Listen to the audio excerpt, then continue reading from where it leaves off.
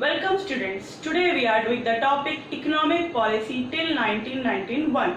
Each and every government has to make economic policy for its country. Her government को policy बनानी पड़ती है। क्यों? क्योंकि अपनी कंट्री की नीड्स को फुलफिल करने के लिए हमारी कंट्री की क्या प्रायोरिटीज हैं, क्या जरूरतें हैं, उसके अकॉर्डिंग हर कंट्री क्या बनाती है, इकोनॉमिक पॉलिसी बनाती है। इन आवर कंट्री इंडिया, हमारी कंट्री में क्या है, ईच एंड एवरी 5 ईयर्स के बाद इकोनॉमिक पॉलिसी होती है। मतलब हमारी कंट्री में 5 ईयर्स के प्लान बनते हैं। हमारी कंट्री में 5 ईयर प्लानिंग कब स्टार्ट हुई? 1951 से, और 1951 से लगातार इकोनॉमिक पॉलिसीज बन रही है। Now we are doing the topic economic policy till 1991. Why we are doing till 1991? Because in 1991 there were economic reforms in our country, और वो इकोनॉमिक रिफॉर्म ने हमारी कंट्री के सिस्टम को बहुत अलग कर दिया, काफी चेंज कर दिया। पहले हम 1951 से 1991 का इम्पैक्ट देख रहे हैं, हमारी इकोनॉमिक पॉलिसी में क्या क्लॉजेस थे। तो दीज आर द फीचर्स जो आपको बताएंगे कि हमारी कंट्री में जो पॉलिसी थी 1951 से लेके 1991 तक, उस टाइम पर यहाँ कंट्री में हमारे फीचर्स क्या थे। ठीक है, the first is heavy reliance on public sector. आप सबको पता है हमारी कंट्री इंडिपेंडेंट हुई थी, और हमारी कंट्री जब इंडिपेंडेंट हुई है तो प्राइवेट सेक्टर वहां पर डेवलप नहीं है, प्राइवेट सेक्टर की कोई इन्वॉल्वमेंट नहीं है। कंट्री को हमें क्या करना है, दोबारा से खड़ा करना है, डेवलप करना है। Then what is the need? The need is कि गवर्नमेंट हैवी इन्वेस्टमेंट करे ताकि हमारी कंट्री दोबारा से रिवाइव कर सके। तो there was a need for investment, और इन्वेस्टमेंट गवर्नमेंट कहाँ करेगी? In the public sector. Investment कहाँ होगी? पब्लिक सेक्टर में इन्वेस्टमेंट होगी ताकि कंट्री की डेवलपमेंट हो सके, ग्रोथ हो सके, और कंट्री में जितनी पॉपुलेशन है उन तक सर्विसेज पहुंच सके। ठीक है, तो आप देखिए इसके लिए इंडस्ट्रियल पॉलिसी रेजोल्यूशन, आईपीआर की फुल फॉर्म लिख लीजिए, इंडस्ट्रियल पॉलिसी रेजोल्यूशन। ये बनाया गया 1956 में। इंडस्ट्रियल पॉलिसी रेजोल्यूशन में क्या क्लॉजेज आए कि कौन कौन सी इंडस्ट्रीज हैं जो पब्लिक सेक्टर के अंडर आती है। There were 17 industries. कितनी इंडस्ट्रीज? 17 इंडस्ट्रीज जो पब्लिक सेक्टर के लिए रिजर्व थी, जिनमें प्राइवेट सेक्टर काम नहीं कर सकते थे। बाय? क्योंकि वो बेसिक इंडस्ट्रीज है, उन इंडस्ट्रीज का प्रॉफिट टेबल होना जरूरी नहीं है, उन इंडस्ट्रीज का सोशल मोटिव फुलफिल करना बहुत जरूरी है। तो 17 industry at present there are only 2 industries जो कि रिजर्व्ड हैं पब्लिक सेक्टर के लिए। What are the 2? One is railways and second is atomic energy. तो ये जो सर्विसेज है ये कौन प्रोवाइड कर रहा है? गवर्नमेंट प्रोवाइड कर रही है for the development of country, for the betterment of social welfare. ठीक है, so first point is heavy reliance on public sector. ज्यादा से ज्यादा डिपेंडेंसी हमारी पब्लिक सेक्टर पे थी, प्राइवेट सेक्टर पे हमारा एम्फेसिस नहीं था, बिकॉज कंट्री में डेवलपमेंट की जरूरत थी। कंट्री वाज सीइंग कि हमारी कंट्री में जल्दी से जल्दी ग्रोथ हो, और प्राइवेट लोगों के पास तो मनी थी ही नहीं, तो ज्यादा से ज्यादा मनी कौन लगा सकता था? गवर्नमेंट लगा सकती थी। ठीक है, at second regulated development of private sector. आपको फर्स्ट पॉइंट से ही क्लियर हो गया होगा, जब हमने पब्लिक सेक्टर पे हमारा फोकस है तो प्राइवेट सेक्टर पे हमारा फोकस नहीं है। जबकि हम प्राइवेट सेक्टर को क्या कर रहे हैं? रेगुलेट कर रहे हैं, उस पर रूल्स लगा रहे हैं, रेगुलेशंस लगा रहे हैं, ताकि वो पब्लिक सेक्टर को हार्म ना करे, ताकि वो पॉपुलेशन को एक्सप्लॉइट ना करे। ठीक है, उसके लिए हमारे पास एक एक्ट है IDRA 1948, industrial development and regulation act, कि इंडस्ट्रीज डेवलप भी हो, साथ में हम उन्हें रेगुलेट भी करें। And second is MRTP act, monopolistic restrictive and trade practices act. अभी दोनों एक्ट के बारे में समझिए। फर्स्ट क्या है? IDRA 1948, industrial development and regulation act, industrial development and regulation act. इस एक्ट में इंडस्ट्रीज के बारे में बताया गया कि कितनी इंडस्ट्रीज हमारी हैवी इंडस्ट्रीज हैं, जो बेसिक इंडस्ट्रीज हैं, कौन सी इंडस्ट्रीज स्मॉल स्केल सेक्टर के अंदर आती हैं, कौन सी इंडस्ट्रीज हमारी माइक्रो होंगी, कौन सी हमारी मीडियम होंगी। ठीक है, किन किन इंडस्ट्रीज को पब्लिक के लिए रिजर्व किया गया है, कौन सी इंडस्ट्रीज में प्राइवेट सेक्टर भी वर्क कर सकता है, कहाँ पर लाइसेंसिंग की नीड है, कहाँ पर रजिस्ट्रेशन करवाने की नीड है। All the clauses are written under industrial development and and Regulation Act. And secondly, MRTP Act. MRTP Act क्या है? Monopolistic and Restrictive Trade Practices.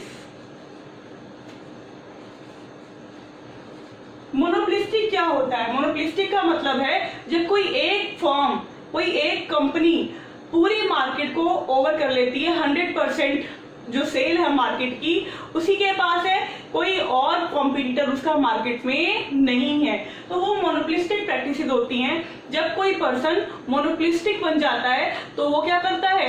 और पॉपुलेशन को एक्सप्लॉइट करने लगता है, क्योंकि वो जो मर्जी प्राइस चार्ज कर सकता है, उसका कोई कंपटीशन मार्केट में नहीं है। तो इन प्रैक्टिसेस को रिस्ट्रिक्ट करने के लिए ये एक्ट बनाया गया। कब? 1969 में। These were the two acts जिनकी हेल्प से क्या हो रहा था? प्राइवेट सेक्टर को रेगुलेट किया जा रहा था। प्राइवेट सेक्टर के लिए रिस्ट्रिक्शंस थी कि वो एक लिमिट से ज्यादा एम्प्लॉइज को नहीं ले सकता, एक लिमिट से ज्यादा अपनी इन्वेस्टमेंट नहीं कर सकता, अगर उसे कोई काम शुरू करना है तो लाइसेंस लेना पड़ेगा, एट फर्स्ट रजिस्ट्रेशन करवानी पड़ेगी। So there were many restrictions for the private sector. आज इतनी रिस्ट्रिक्शंस नहीं है, ठीक है। Third is protection of small scale industry. Small scale industry क्या होती है? वो इंडस्ट्री जहां पर लोग स्मॉल लेवल पर अपने हाउस होल्ड से या छोटी छोटी फैक्ट्रीज में काम कर रहे हैं और बाद में उसे लोकल मार्केट में सेल कर रहे हैं। तो स्मॉल स्केल इंडस्ट्री को क्या दी गई? प्रोटेक्शन प्रोवाइड की गई। प्रोटेक्शन क्यों दी गई? क्योंकि जब हमारी कंट्री में ब्रिटिशर्स थे तो स्मॉल स्केल इंडस्ट्री बिल्कुल खत्म हो गई थी। ब्रिटिशर्स ने सारा का सारा सामान अपनी कंट्री से इंपोर्ट करना शुरू कर दिया था। हमारी कंट्री में सब कुछ इंपोर्ट हो रहा था। कहां से? फॉरेन कंट्रीज से, ब्रिटिशर्स से, और वो किस प्राइस पे? बहुत हाई प्राइसेस पे। तो स्मॉल स्केल इंडस्ट्री हमारी बहुत खत्म हो गई। बिल्कुल खत्म होने की वजह से हमें उसे रिवाइव करना पड़ा, और रिवाइव करने के लिए हमने उसके प्रोटेक्शन के लिए प्लान बनाया। क्या प्रोटेक्शन दिए हम उसे? हम उनको सब्सिडीज प्रोवाइड कर रहे थे। For small scale industries we were providing subsidies, ठीक है, कि उन्हें ज्यादा से ज्यादा काम करने के लिए हम मोटिवेट करें, सो डैट वो अपने बिजनेस को इस्टेब्लिश कर सके। स्मॉल स्केल इंडस्ट्रीज को जब हमें प्रोटेक्ट करना है तो हमें क्या करना है? हमें उन्हें कुछ लिबर्टीज देनी है कि कुछ सेक्टर्स में वो अगर काम करेंगे तो उन्हें ज्यादा बेनिफिट होगा, ठीक है। फॉर एग्जाम्पल, अगर वो क्या करते हैं? हैंडलूम का काम करते हैं, तो हैंडलूम का जब वो काम कर रहे हैं तो उसमें उनको कुछ हमने बेनिफिट्स दिए, हमने उनको टैक्सेशन का बेनिफिट दे दिया कि आपको इतने % टैक्स से कम टैक्स लगेगा, ठीक है। Fourth point is development of heavy industries. Now what is heavy industries? Heavy industries are those industries which are basic like electronics, electricity, coal and power, then plant and machinery, steel, ठीक है। इन चीजों के बिना, basic industries है, इन चीजों के बिना बाकी इंडस्ट्रीज वर्क नहीं कर सकती। अगर इलेक्ट्रिसिटी नहीं होगी तो कोई भी इंडस्ट्री काम नहीं कर पाएगी, अगर प्लांट एंड मशीनरीज नहीं होंगी तो बाकी इंडस्ट्रीज काम नहीं कर सकती। तो at first the focus was कि हम सबसे पहले क्या डेवलप करें? हम हैवी इंडस्ट्रीज को डेवलप करें ताकि बाकी इंडस्ट्रीज हमारी डेवलप हो सके, ठीक है, क्योंकि ये हमारा क्या है? बेस है। एक अगर हमारा बेस डेवलप हो जाएगा तो हम बाकी इंडस्ट्रीज को भी डेवलप कर पाएंगे। The fourth point is focus on saving and investment. No, saving and investment दोनों ही टर्म आप समझते हैं। सेविंग को बूस्ट अप करने के लिए क्या करना पड़ता है? बैंक्स में सेविंग अकाउंट होते हैं, हम कब ज्यादा सेविंग करवाएंगे? जब उस पर इंटरेस्ट हमें ज्यादा मिलेगा, ठीक है। तो सेविंग को बूस्ट करने के लिए क्या करना पड़ेगा? High interest rate. तो गवर्नमेंट ने हाई इंटरेस्ट रेट्स लिए सो दैट लोग क्या करें? बैंक अकाउंट में अपनी सेविंग करवाएं। And second is investment. अब इन्वेस्टमेंट को बूस्ट करने के लिए क्या करना पड़ेगा? प्रोड्यूसर ज्यादा से ज्यादा इन्वेस्ट कब करेगा? जब उसको ज्यादा से ज्यादा बेनिफिट्स मिलेंगे, जब उसको क्या मिलेगा? लेस इंटरेस्ट मिलेगा। लोन पे इंटरेस्ट क्या मिले? कम मिले तो ज्यादा इन्वेस्ट करेगा। जब मार्केट में बूम होगा, जब उसे क्या मिलेगी? अच्छा से अच्छा एनवायरमेंट मिलेगा मार्केट में वर्क करने के लिए, तो वो ज्यादा इन्वेस्टमेंट करेगा, ठीक है। सेविंग एंड इन्वेस्टमेंट पे हमारा फोकस था। सेविंग एंड इन्वेस्टमेंट हम क्यों करना चाहते थे? ताकि हमारी इकोनॉमी बूस्ट कर सके। जितना हमारी इकोनॉमी में इन्वेस्टमेंट होगी उतना ही प्रॉफिट जनरेट होगा, लोगों की उतनी ही इनकम होगी, और इनकम फिर किस में कन्वर्ट होगी? डिमांड में कन्वर्ट होगी, और डिमांड होगी तो दोबारा से प्रोडक्शन करने के लिए प्रोड्यूसर लोन लेगा, ठीक है, और हमारा ये जो साइकिल है ये चलता रहेगा। तो there was a focus on saving and investment. Next point is protection from foreign competition. अब हमारी कंट्री इंडिपेंडेंट तो हो गई है, बट कुछ सालों बाद फॉरेन कंपटीशन अगेन आ गया। फॉरेन कंपटीशन से हमें क्या करना है, अपनी कंट्री को प्रोटेक्ट करना है। हम बात कर रहे थे स्मॉल स्केल इंडस्ट्रीज की, तो स्मॉल स्केल इंडस्ट्रीज भी हैंडलूम बना रही है और फॉरेन कंपटीशन भी उसे मिल रहा है, तो हम कैसे प्रोटेक्ट करें। कुछ लोग फॉरेन से सस्ता सामान मंगाते हैं और हमारी कंट्री में बेच देते हैं, इसलिए लोग स्मॉल स्केल इंडस्ट्रीज का सामान नहीं खरीदते। तो उसे प्रोटेक्ट करने के लिए हमने क्या लगाई, हाई इंपोर्ट ड्यूटीज, कि अगर कोई पर्सन बाहर से इंपोर्ट करेगा तो उसे बहुत सारी इंपोर्ट ड्यूटी मतलब क्या देना पड़ेगा, टैक्स देना पड़ेगा, ठीक है। और इसकी वजह से हाई इंपोर्ट ड्यूटी लोग पे नहीं करना चाहते, इसीलिए क्या होता है, स्मॉल स्केल इंडस्ट्रीज के सामान बिकना आसान हो जाता है। Second is quantitative restriction. Quantitative restriction मतलब अगर कोई 100 क्विंटल सामान मंगवा रहा है तो उसके लिए एक रिस्ट्रिक्शन लगा दी कि आप 50 क्विंटल से ज्यादा सामान नहीं मंगवा सकते। मतलब वो क्या कर सकता है, एक लिमिट में इंपोर्ट कर सकता है, एक लिमिट से ज्यादा इंपोर्ट नहीं कर सकता। तो फॉरेन कंपटीशन को प्रोटेक्ट करने के लिए ये दो मेजर्स लिए गए, high import duties and quantitative restriction. Import duty in the form of tax. For example, एक पर्सन ₹1 लाख की चीज क्या कर रहा है, इंपोर्ट कर रहा है। उसने एक टीवी इंपोर्ट किया, एलसीडी इंपोर्ट किया, कोई कंप्यूटर इंपोर्ट किया, ठीक है। तो इंपोर्ट करने में उसकी कितनी रुपीज आ रही है, उसके 1 लाख की कॉस्ट आ रही है। अगर उसके ऊपर 30% का इंपोर्ट ड्यूटी लग जाए, 30% की इंपोर्ट ड्यूटी लग जाएगी, तो अमाउंट क्या हो जाएगी, 1 लाख प्लस 30,000, तो 1,30,000 की पड़ेगी उसे वही चीज, और हमारी कंट्री में वो मिल रही है 1,20,000 में, तो कहां से परचेज करना चाहेगा, बेसिकली अपनी कंट्री से ही, ठीक है। तो ये हाई इंपोर्ट ड्यूटी है। और क्वांटिटेटिव रिस्ट्रिक्शन में उसने लगा दिया, अगर कोई पर्सन क्या मंगवा रहा है, बाहर से लैपटॉप मंगवा रहा है, तो वो 10 से ज्यादा नहीं मंगवा सकता, ठीक है, 5 से ज्यादा वो इंपोर्ट नहीं कर सकता। These are called quantitative restrictions. Clear. Next point is focus on import substitution. जो भी चीज हम इंपोर्ट कर रहे हैं, क्यों ना हम उसे सब्स्टिट्यूट कर दें, मतलब वैसी ही चीज जो हमें वो यूटिलिटी दे सके, हम उसे अपनी कंट्री में ही प्रोड्यूस करें। फॉर एग्जाम्पल, अगर हम कंट्री से दूसरी कंट्री से बैग्स मंगवा रहे हैं, तो क्यों ना हम अपनी जूट बैग्स बना लें, क्लॉथ बैग्स बना लें। अगर हम बाहर वाली कंट्री से ईटेबल्स मंगा रहे हैं, जैसे लेस चिप्स आते हैं वो मंगवा रहे हैं, क्यों ना हम उसे सब्स्टिट्यूट कर दें, और जो हाउस होल्ड में हम चिप्स वगैरह बनाते हैं उन्हें हम कंज्यूम करना स्टार्ट कर दें। मतलब हम सेल्फ सफिशिएंट बने, ताकि हमें इंपोर्ट ज्यादा ना करना पड़े, क्योंकि अगर हम ज्यादा इंपोर्ट करेंगे तो हमारी फॉरेन कैपिटल क्या होगी, कम हो जाएगी, हमारी कंट्री के रिसोर्सेज कम होंगे, हमारा बैलेंस ऑफ पेमेंट खराब हो जाएगा, ठीक है। तो सेल्फ सफिशिएंट अपनी कंट्री को बनाना, it was objective of our economic policy. Foreign imports, कुछ चीजों को तो हम इंपोर्ट नहीं करते हैं, उन्हें सब्स्टिट्यूट नहीं कर सकते। फॉर एग्जांपल, हम पेट्रोलियम प्रोडक्ट्स को इंपोर्ट करते हैं, बट उसका कोई सब्स्टिट्यूशन नहीं है। स्टिल वी आर प्लानिंग कि हम हमारे पेट्रोलियम प्रोडक्ट्स से हमारे व्हीकल्स चलते हैं, उनकी जगह इलेक्ट्रिसिटी से व्हीकल्स चलने शुरू हो जाए, उनको हम प्रमोट करें, ताकि हमारे जो रिक्वायरमेंट है, हमें ज्यादा से ज्यादा पेट्रोलियम प्रोडक्ट इंपोर्ट ना करना पड़े, जिससे हमारा बैलेंस ऑफ पेमेंट स्टेबल रहे, हमारा जो बैलेंस ऑफ पेमेंट है वो फेवरेबल पोजीशन में रहे, ठीक है। Next is restriction on foreign capital. अब फॉरेन कैपिटल मैंने अभी आपको बताया कि हम दूसरी कंट्रीज से हेल्प ले रहे हैं, हमारी कंट्रीज में दूसरी कंट्री से कंपनी आती है और यहाँ स्टैब्लिश हो जाती है, बहुत सारी फॉरेन कंपनीज, वोडाफोन, ठीक है, क्या है, हमारी कंट्री में स्टैब्लिश है, और हमारा जो BSNL हमारी बेसिक कंपनी है, हमारी इंडिया की कंपनी है, वो उसे कंपटीशन नहीं दे पा रही।